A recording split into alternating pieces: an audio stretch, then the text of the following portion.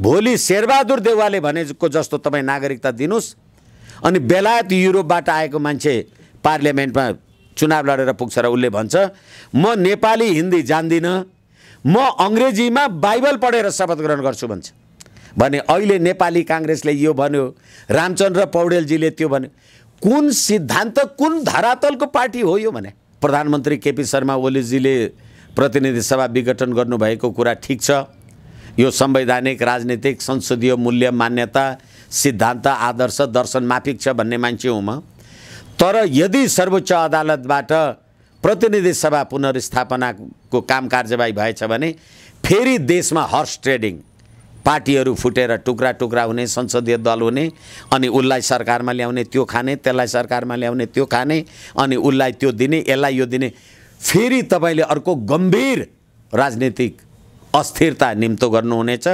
र त्यतिखेर त्यो अस्थिरतामा शक्ति राष्ट्रहरूले जेसुकै पनि खेल्नेछन् र नेपाली जनताको राजकीय सत्ता र नेपाली जनताको सम्प्रभु सत्तामाथि प्रशस्त प्रश्नहरू उठ्नेछन् र हामी अस्थिरतामा पुग्नेछौँ। विश्व दुनियाँको भूगोलबाट हेर्नुभएका सम्पूर्ण नेपालीहरूलाई म हार्दिक नमन व्यक्त गर्न चाहन्छु।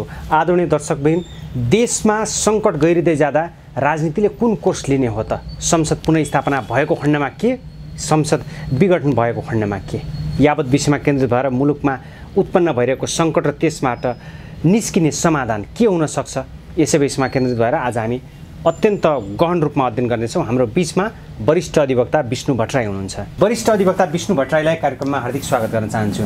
हजुर, धन्यवाद, नमस्कार। अब संसद पुनर्स्थापनाको मागसहित अदालतमा परेको रिट, यो विषयमा अदालतीय प्रक्रिया के भइरहेको छ भन्ने नै मेरो पहिलो प्रश्न भयो एउटा वरिष्ठ अधिवक्ताको नाताले। अदालतमा परेको रिट, जो रिट निवेदकहरू हुनुहुन्छ, उहाँहरूले वास्तवमा रिट निवेदनमा माग गरे जस्तो अथवा न्यायिक निर्णय, न्याय निष्पादन चाँडै होस् भने जस्तो रिट निवेदकहरूको व्यवहारबाट अनुमान गर्न सकिराखिएको छैन। त्यो यसकारणले म तपाईँलाई निवेदन गर्दैछु, उहाँहरूले अथवा निवेदकहरूले सर्वोच्च अदालतको असाधारण अधिकार क्षेत्र अन्तर्गत 12 जना निवेदकहरूले 500 रुपियाँ तिरेर रिट दर्ता गर्नुभयो। तर संवैधानिक र कानुनी, संवैधानिक, गम्भीर संवैधानिक प्रश्नको बारेमा संवैधानिक इजलासको विचाराधीन रहने रिट निवेदनको बारेमा चाहिँ 5000 दस्तुर तिर्नुपर्छ। त्यसकारण पछि जब चोलेन्द्र शमशेर सम्मान्य प्रधान न्यायाधीशज्यूको आदेशले 77/9/8 गतेको आदेश बमोजिम यो सबै निवेदनहरूमा गम्भीर संवैधानिक व्याख्याको प्रश्न भएको हुँदा संवैधानिक इजलासमा प्रस्तुत गर्ने भनेर संविधानको धारा 137 को उपधारा 3 बमोजिम आदेश गरेपछि सबै निवेदकहरूले हिजो जसले 500 तिरेर रिट निवेदन दर्ता गर्नुभएको थियो उहाँहरूले 4500 थपेर 5000 को दरले तिर्नुभयो। मैले यो कुरा किन निवेदन गरेँ भने यी रिट निवेदनहरू संवैधानिक इजलासको सुनवाईका विषय हुन् भनेर निवेदकहरूले 5,000 दस्तुर तिर्नुभयो, मान्नुभयो। र 77/9/8 गते सम्मान्य प्रधान न्यायाधीशज्यूले गर्नुभएको आदेश यो संवैधानिक इजलासको विचाराधीन हुने कुरा हो भनेर भनिएको आदेशलाई अहिलेसम्म रिट निवेदकहरूले त्यसलाई निष्क्रिय पनि गर्नुभएको छैन। र अहिले फेरि रिट निवेदकहरू के भन्दै हुनुहुन्छ भने जब संवैधानिक इजलास बस्यो, एकजना मान्य न्यायाधीश हरिकृष्ण कार्कीजीको बारेमा उहाँहरूले प्रश्न उठाउनु भयो, अनि फेरि हरिकृष्ण कार्कीजीले त्यो प्रश्न उठ्यो भनेर संवैधानिक इजलासमा बस्नु भएन। अब फेरि हरिकृष्ण कार्कीजी बाहेकको 5 जनाको संवैधानिक इजलास बस्यो। त्यो संवैधानिक इजलास बसेपछि होइन यो मुद्दा त संवैधानिक इजलासले हेर्न पाउँदैन, बृहत्पूर्ण इजलासमा लानुपर्छ भनेर फेरि उहाँहरूले कुरा उठाउनु भयो। भनेदेखि अदालतमा न्यायाधीशको स्वतन्त्रतामा पनि प्रश्न निवेदकहरूको तर्फबाट उठेको छ, संवैधानिक इजलासको क्षेत्राधिकारभित्रको कुरा हो होइन भन्ने कुरामा पनि प्रश्न उठेको छ। त्यही सम्मानित सर्वोच्च अदालतको प्रधान न्यायाधीशले 77/9/8 गते गर्नुभएको आदेशलाई उहाँहरूले बदर बातेल पनि गर्नुभएको छैन। संविधानको व्याख्या गर्नको लागि संविधानको धारा 133 बमोजिम परेका रिटहरूमा संविधानको धारा 137 को उपधारा 3 बमोजिम संवैधानिक इजलासले हेर्ने व्यवस्था पनि छ। तर यी सबै कुराको बावजुद, यी सबै कुरा छँदाछँदै पनि अब अहिले संवैधानिक इजलासमा यो मुद्दा हेरिनु हुँदैन भनेर जुन निवेदकहरूले भनिराख्नु भएको छ, त्यसले गर्दाखेरि यो न्याय निष्पादनमा ढिलो पनि भइराखेको छ। सर्वोच्च अदालतले अब संवैधानिक इजलासबाट हेर्ने कि बृहत्पूर्ण इजलासबाट हेर्ने भनेर छलफल सुनिराखेको छ। तर के हो भनेदेखि यो संविधानको धारा 137 को 3 मैले तपाईलाई जे निवेदन गरेँ, संविधानले नै तय गरेको संवैधानिक इजलासलाई अब निवेदकहरूले कहिले पूर्ण इजलास भनेर के भन्ने कुराले गर्दाखेरि वास्तवमा न्याय खोजेको त हो, मागेको त हो भन्ने प्रश्न उठिराखेको छ। र यदि यो संवैधानिक प्रश्न होइन भनेदेखि यो कार्यकारी प्रमुखको कार्यकारिणी अधिकार राजनीतिक प्रश्न हो जो अदालतको विचाराधीनको विषय हुन सक्दैन।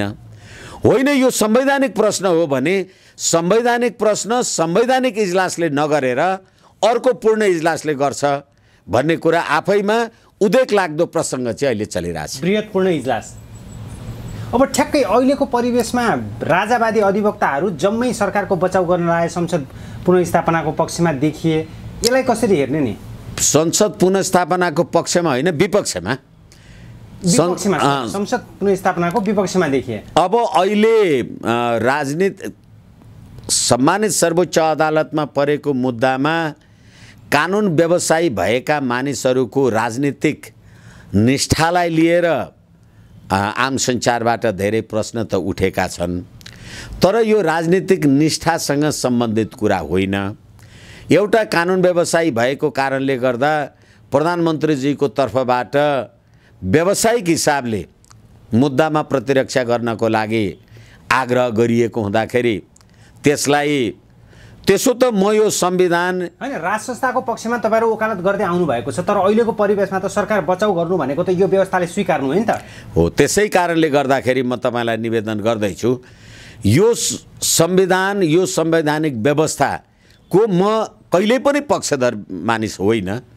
तर म पेसाले व्यवसायले वकिल त हुँ। त्यसकारणले गर्दाखेरि एउटा कानुन व्यवसायीको हैसियतले कुनै पक्ष म कहाँ भन्न आयो भने, मेरो मुद्दा हेर्देऊ भन्न आयो भने मैले राज संस्थावादीको मात्रै मुद्दा हेर्छु त भनेको छैन।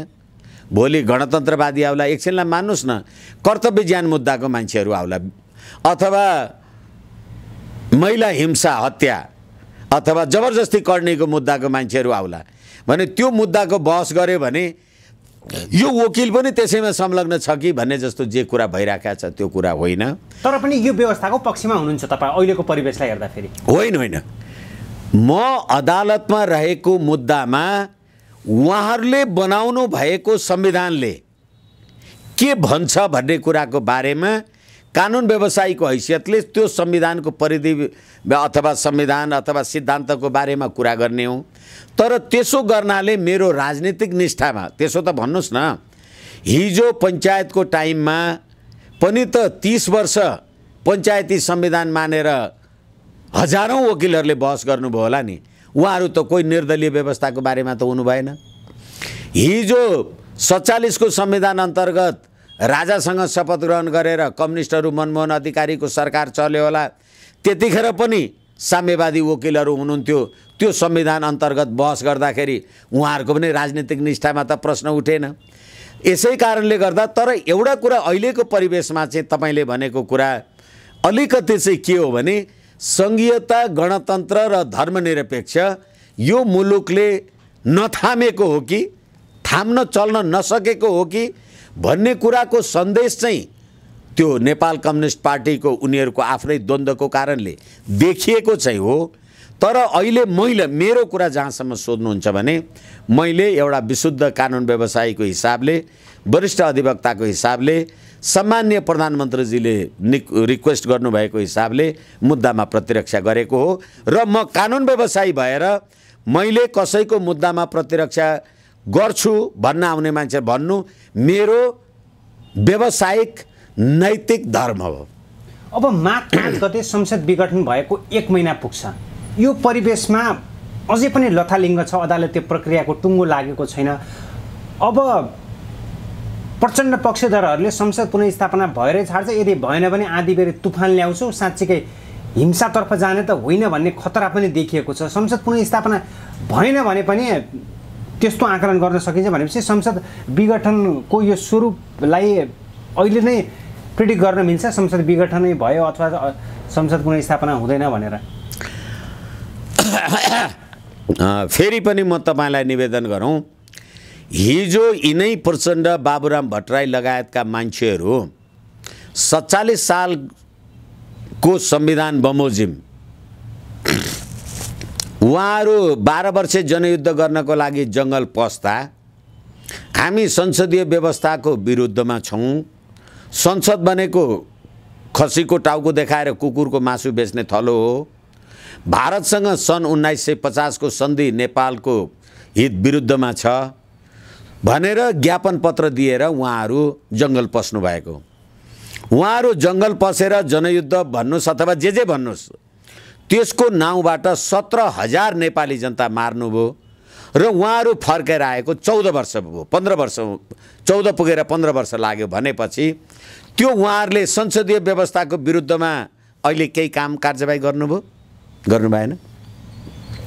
बरु उहाँहरू त संसदमा गएर पटक पटक मन्त्री प्रधानमन्त्री बन्नुभयो। 1950 को नेपाल भारत मैत्री सन्धिको बारेमा केही गर्नुभयो? केही पनि गर्न सक्नु भएन।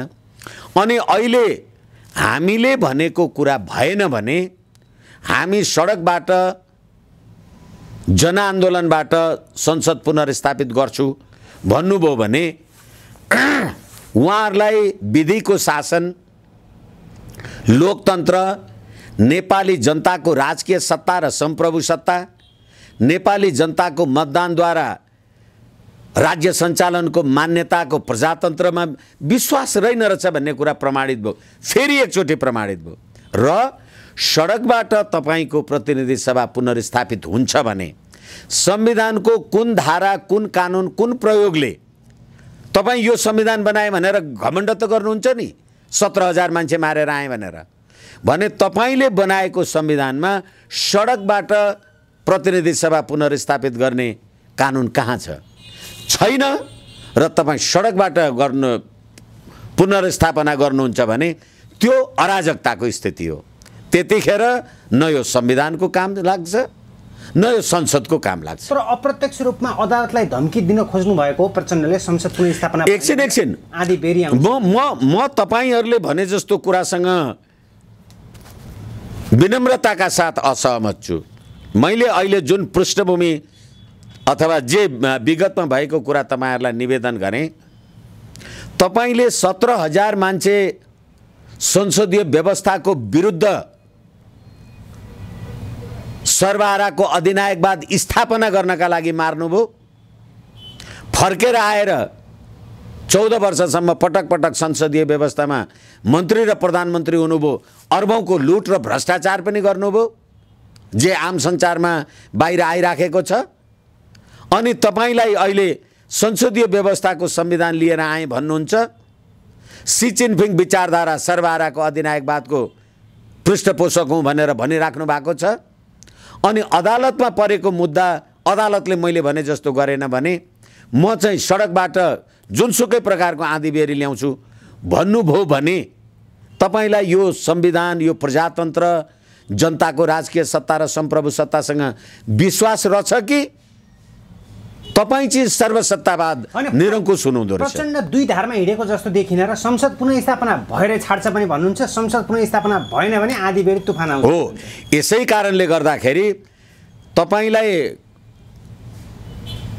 कसैले भन्यो, नाङ्गो मान्छेले भन्यो मैले लुगा लगाएको छु भन्यो भने तपाईँ के भन्नुहुन्छ?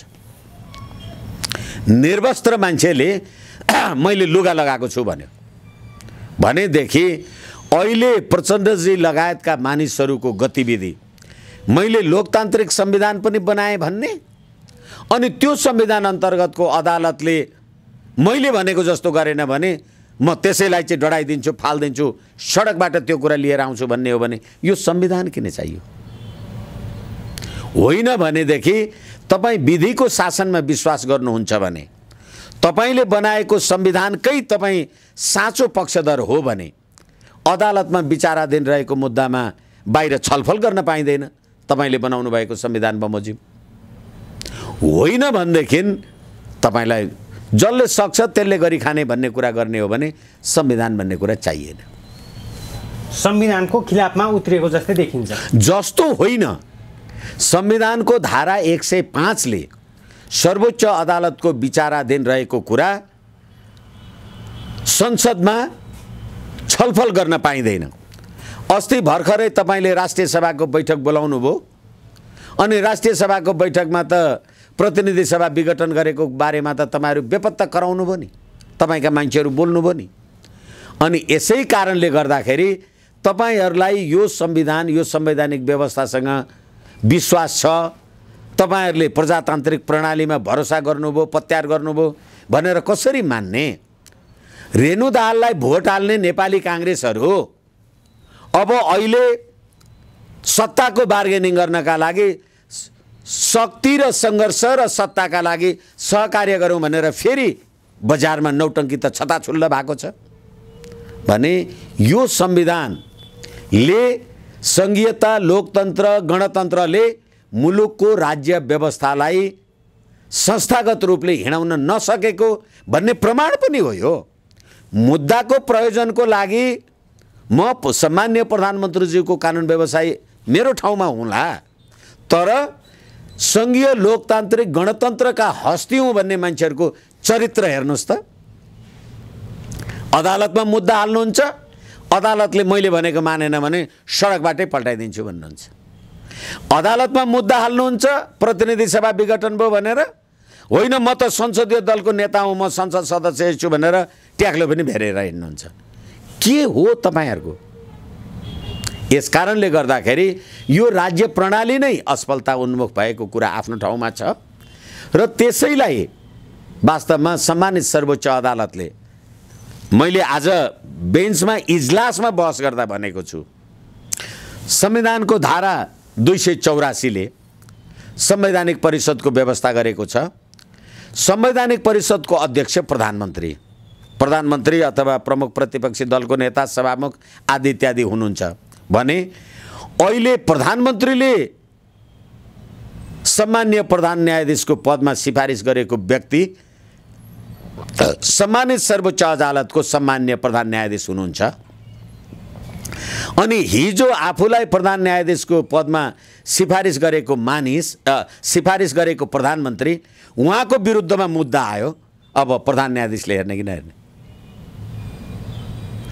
त्यति मात्रै होइन, प्रधान न्यायाधीशले सम्माननीय प्रधानमन्त्रीले सम्माननीय प्रधान न्यायाधीशको लागि सिफारिस गर्नुभयो अनि संसदीय सुनवाईमा संसदीय दलका सदस्यहरू, मान्यहरू संसदीय सुनवाई समितिमा हुनुहुन्छ अनि अहिले तिनै संसद सदस्यहरू सर्वोच्च अदालतमा प्रधानमन्त्रीको विरुद्ध मुद्दा हाल्नु भएको छ। अब प्रधान न्यायाधीशले के हेर्नुहुन्छ? प्रणाली के बनाउनु भएको रहेछ भने? त्यति मात्रै होइन, संविधानको धारा 137 को उपधारा 3 बमोजिम यी रिट निवेदकहरू यो रिट निवेदनको बेहोरा हेर्दाखेरि गम्भीर संवैधानिक प्रश्न छ। त्यसकारणले संवैधानिक इजलासमा पेश गर्नु भनेर सम्माननीय प्रधान न्यायाधीशज्यूले आदेश गर्नुभयो। सम्माननीय प्रधान न्यायाधीशज्यूले गर्नुभएको आदेश बमोजिम संवैधानिक इजलास बसिराखेको छ अनि होइन यो त संवैधानिक इजलासबाट हेरिनु हुँदैन भनेको त्यो इजलासमा प्रधान न्यायाधीश आफै हुनुहुन्छ र त्यो हिजोको आदेश बदर पनि भएको छैन। के हो न्याय प्रणाली? अहिलेको परिवेशमा परराष्ट्र मन्त्री प्रदीप गेवाली भारतको यात्रामा हुनुहुन्छ। यो बखत नेपालको गहिरो राजनीतिक सङ्कट र भारत भ्रमणलाई कहीँ कतै भारतको इन्ट्रेस्ट त छैन अहिलेको सङ्कटमा, अथवा यसलाई सल्भ गर्नको लागि भारतले कुनै न कुनै रूपमा आफ्नो स्वार्थ खोजी त रहेको छैन भनेर हेर्न मिल्यो कि मिलेन? 12 बुँदे समझदारी हामीले कहाँ गएर गऱ्यौँ? भारतमा गएर गऱ्यौँ। हिजो हाम्रो 2/3 को राजनीतिक दल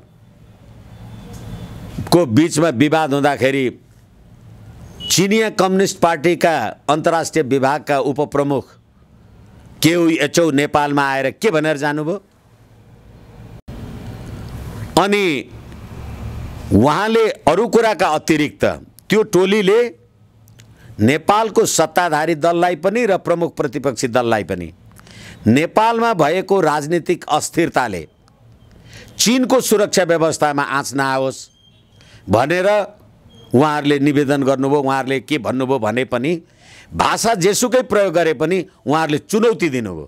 तिमीहरूको झगडाले गर्दा हाम्रो सुरक्षा व्यवस्थामा चुनौती नआओस् भन्नुको तात्पर्य नेपाल त्यति बलियो छ तपाईँ र मेरो बिचमा झगडा हुँदैमा चीनको सुरक्षा व्यवस्थामा खतरा पुग्न सक्छ?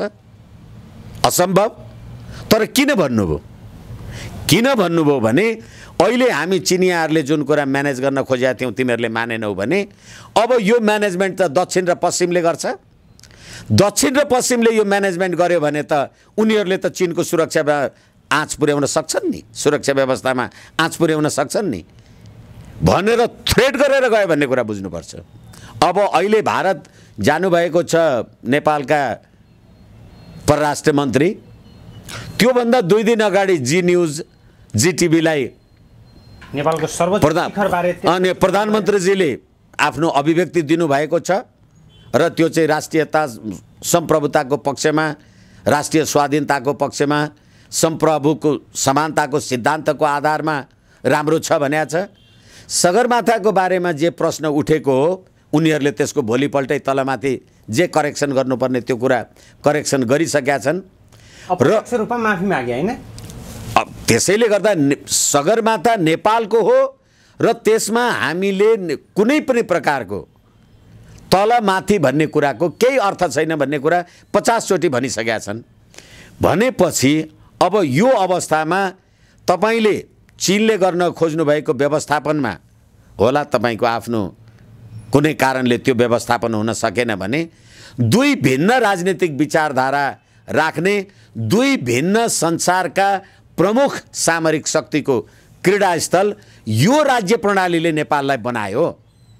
अहिले गेवालीजी वहाँ जानुभयो, अस्ति केयुएचओ आएर फर्केर जानुभयो भन्दा पनि त्यो प्रश्न उठ्यो र नेपालका हालाकि यो विषयको ज्ञाता अथवा यो यस बारेमा म कुनै जानकार दक्षता हासिल गरेको व्यक्ति होइन, तर नेपालका यस विषयका ज्ञाता हुँ भन्ने मान्छेहरूले नेपाललाई दूरगामी असर पर्ने खालको कुनै पनि काम कारबाही नगर्नु भनेर उहाँहरूले सल्लाह सुझाव जे भनेको छ आम सञ्चारमा आयो। अहिले भर्खरै एभरेस्टको बारेमा, सगरमाथाको बारेमा इन्डियन आम सञ्चारहरूले जे कुरा भने क्षमा मागे। प्रधानमन्त्रीजीले त्यो राम र लक्ष्मण भनेको ठाउँमा जुन प्रकारको जवाब दिनुभयो सम्प्रभुताको समानताको सिद्धान्तको आधारमा र त्यति भनेर अहिले लिपुलेक, लिम्पियाधुरा र कालापानी नेपालको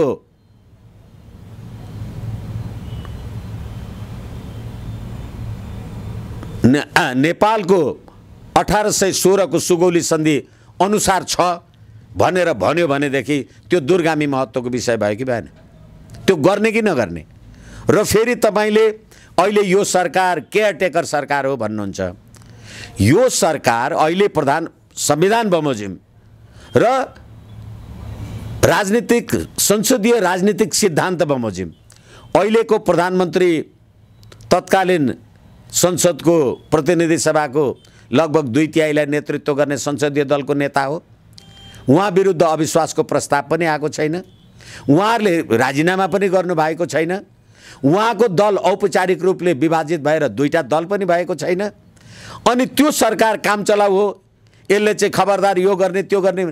संसारका कुनै सरकार यस्ता होलान् जो काम नचलाउने सरकार? सबै सरकारले कामै चलाउनु त हो नि। यस कारणले गर्दाखेरि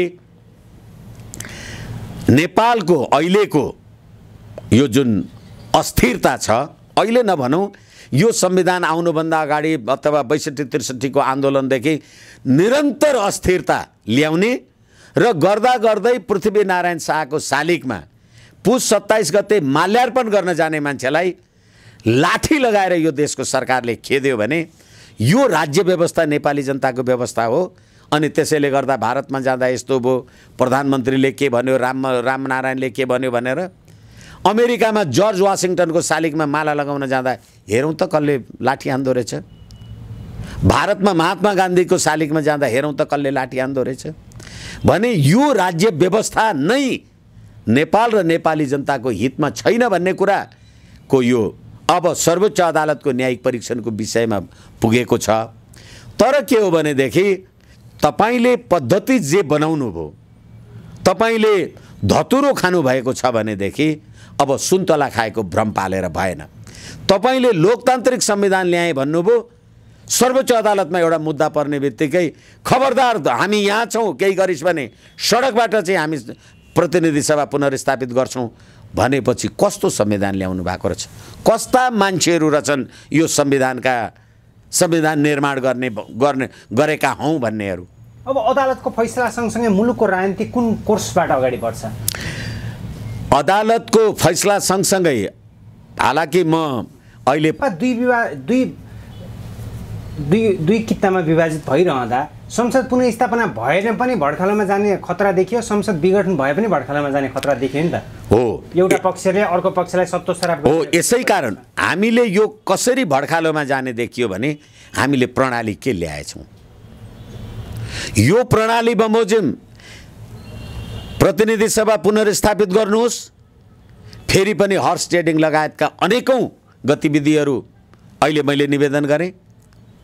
अब प्रतिनिधि सभा विघटन प्रधानमन्त्रीजीले गरेको कुरा ठिक छ भन्नुस्, 2/3 बहुमत नेपाली जनताले दिएर पनि संसद त चल्न नसक्ने रहेछ भनेपछि नेपाल राष्ट्रको राष्ट्रिय एकता अखण्डता, फेरि पनि मैले जोड्दैछु, पृथ्वीनारायण शाहको नेतृत्वमा यो नेपाल आर्जन नभएको भए अहिले यी देशका मन्त्री र प्रधानमन्त्री हुँ भन्नेहरू अर्मौं कोनिके लुट्ने कोनिके गर्नेहरू र तपाईको खल्तीमा पनि नेपाली नागरिकताको प्रमाणपत्र जे छ त्यो दिलाउने त पृथ्वीनारायण शाह हुन् नि, त्यसको नेतृत्वकर्ता त हुन्।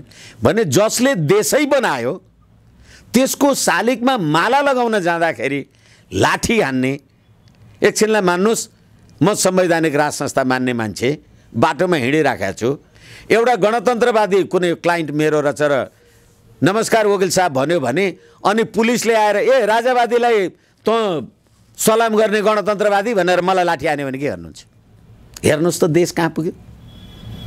यसै कारणले गर्दा प्रकारान्तरले यो राज्य प्रणालीको असफलता हो। अहिले राजनीतिक दलहरू कित्ता काट गरिरहेका छन् नि, कोही संसद विघटनको पक्षमा, कोही संसद पुनर्स्थापना पक्षमा, पार्टीभित्र नै हो। शेरबहादुर देउवा कुरा गर्दा उहाँ निर्वाचनको पक्षमा देखिएको जस्तै देखिन्छ भने चाहिँ रामचन्द्र पौडेल विघटनको विपक्षमा हुन्। अब यो कुरा गर्दा त फेरि पनि नि, अब मैले माने पनि मैले नमाने पनि हाम्रो मुलुकको तिक्तता त्यही नै हो। तपाईँ नेपालमा प्रजातन्त्रको जननी हुँ भन्ने पार्टी 17,000 नेपाली जनता मारे 5,000 को जिम्मा लिन्छु भन्ने रेणु दाहाललाई भोट हाल्ने नेपाली कांग्रेस, त्यसको बारेमा कुरा गर्नुहुन्छ, तपाईँ सोध्नुहुन्छ।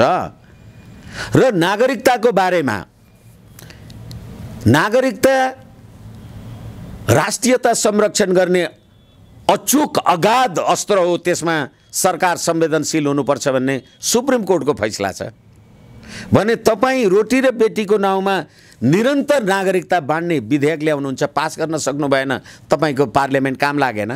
तर त्यसैमा यी शेरबहादुर देउवा प्रवृत्तिहरू विदेशी ज्वाइँलाई नागरिकता दिनुपर्छ भन्छन्। अनि हिजो संसदमा तपाईले संविधानमा लेख्नुभयो नेपालको सरकारी कामकाजको भाषा देवनागरी लिपिमा नेपाली भाषा हो भनेर भन्नुभयो। त्यो संविधानको शपथ ग्रहण गर्ने मान्छेहरूले हिन्दीमा भाषण गरे, कांग्रेसले के गर्यो? त्यति मात्रै होइन, सरिता गिरी मात्रै होइन, भोलि शेरबहादुर देउवाले भनेको जस्तो तपाईँ नागरिकता दिनुस् अनि बेलायत युरोपबाट आएको मान्छे पार्लियामेन्टमा चुनाव लडेर पुग्छ र उसले भन्छ म नेपाली हिन्दी जान्दिनँ, म अङ्ग्रेजीमा बाइबल पढेर शपथ ग्रहण गर्छु भन्छ। भने अहिले नेपाली कांग्रेसले यो भन्यो, रामचन्द्र पौडेलजीले त्यो भन्यो। कुन सिद्धान्त, कुन धरातलको पार्टी हो यो? भने कहीँ सिद्धान्त छ? म तपाईलाई स्मरण गराउँ, अस्ति पुस 16 गते बीपी को मेलमिलाप दिवस, मेलमिलाप दिवस भनेर यही रामचन्द्र पौडेल र यही शेरबहादुर देउवाले मनाएनन्। बिपी कोइरालाले मेलमिलाप भनेको के को लागि मेलमिलाप? राजासँगको मेलमिलाप, राष्ट्रियता र प्रजातन्त्रको मेलमिलाप। गणतन्त्र ल्याउनका लागि नेपाली काङ्ग्रेसको गिरिजाप्रसाद कोइराला नै 17,000 का हत्याराहरूलाई अगाडि ल्याएर गणतन्त्र स्थापना गर्ने। मैले गणतन्त्र स्थापना गरेँ भनेर जङ्गलबाट आएको 15 वर्ष पछाडि राजा भनेको कहाँ गयो गयो, तिमीले गणतन्त्र ल्यायौ अरे, अनि मेलमिलाप चाहिँ गर्ने। कोसँग गर्ने मेलमिलाप? यस्ता काङ्ग्रेसको कुरा सोध्नुहुन्छ तपाईँ? यिनीहरू हुन् नेपालको लागि कुनै राजनीतिक शक्ति? अहिले पनि भन्दैछु त, फेरि पनि प्रचण्ड माधव नेपालहरू शेरबहादुर देउवासँग सत्ता र शक्ति बाँडीचुँडी खाने। चुनाव भयो भने प्रधानमन्त्रीको अफर स्वयं आइसकेको छ प्रचण्ड पक्षतर्फबाट त हो, शेरबहादुर देउवा हो। त्यसै कारण किन प्रचण्डबाट प्रधानमन्त्रीको अफर आउँछ भनेदेखि देशको राष्ट्रिय एकता, अखण्डता अथवा आफ्नै छोरी बुहारीलाई भोट हाल्ने मान्छे त्यो प्रधानमन्त्री भयो भने पुष्पकमल दाहालको के जान्छ र भने। र यही व्यवस्थामा नेपाली जनताले तपाईँलाई गाउँपालिकाको निर्वाचनमा पराजित गरेका मान्छेहरूलाई संसदमा ल्याएर राख्नु भएको छ होइन? यही व्यवस्थामा माधव नेपालजी जस्तो मान्छेहरू प्रत्यक्ष निर्वाचन हारेर समानुपातिकमा आएर प्रधानमन्त्री भएको होइन? अनि अहिले सम्मानित सर्वोच्च अदालतमा मुद्दा पर्दाखेरि खबरदार मैले भनेको जस्तो फैसला भएन भने तेरो खैरियत छैन भन्ने हिम्मत कहाँबाट आयो? यो संविधानले त त्यो हिम्मत दिँदैन। सर्वोच्चले अब कहिलेसम्म फैसला टुङ्गो लगाउला त्यो त भन्न सकिँदैन। अब अदालतको कोर्स लङ प्रोसेस पनि हुन सक्छ, लङ प्रोसेस पनि हुन सक्छ। र फेरि यो बिचमा माधव नेपालजी र पुष्पकमल दाहालजी निर्वाचन आयोगमा निर्वाचनको तयारी नगर भनेर जाने को तपाईँहरू? तपाईँलाई होइन, अदालतले फैसला नगर्दै निर्वाचनको तयारी गर्नु उचित हो र? अदालतले फैसला जेसुकै गरोस्, स्वतन्त्र संवैधानिक निकायहरूले आफ्नो काम कारबाही गर्न नपाउने केले रोक्छ? सर्वोच्च अदालतमा निर्वाचन आयोग स्वयं चुनावको तयारीमा जुटेको छ। निर्वाचन आयोग भनेको काम के? नामैले के हो? देशमा हुने सबै प्रकारका निर्वाचनको जिम्मेवारी सर्वोच्च अदालतमा अहिले अब केपी शर्मा ओलीजी लगायतका मान्छेहरूको बारेमा मुद्दा परिराखेको छ। अब भ्रष्टाचारको छानबिन नगर भनेर अर्को एक थरी मान्छे अख्तियारमा जाने। अनि अहिले विधिको शासनको खिल्ली उड्यो भनेर जुन प्रचण्डले सर्वोच्चले नगरोस् त हामी सडकबाट यो कुरा गर्छौँ भनेर अहिले त विधिको शासनको खिल्ली उड्यो भनेर यदि भन्ने हो भने अब मानवाधिकार आयोगमा गएर नागरिकहरूले त इन्साफ पनि नपाउने भए सडकबाट यस्तो हुने भयो भनेर तपाईँले मानवाधिकार आयोगलाई गएर यो काम नगर भन्ने के भन्न खोजेको भने? अनि यो चरित्र, यो पात्र, यो प्रवृत्तिले ल्याउने यस्तै दुरावस्था हो। त्यसैले यो प्रणाली ठिक छैन भने हो। हस्, समय र विचारको लागि वरिष्ठ अधिवक्ता विष्णु भट्टराईलाई हार्दिक नमन व्यक्त गर्न चाहन्छु। धेरै धेरै धन्यवाद। हजुर, एबिसी खबरलाई हार्दिक प्रणाम, नमस्कार, धन्यवाद।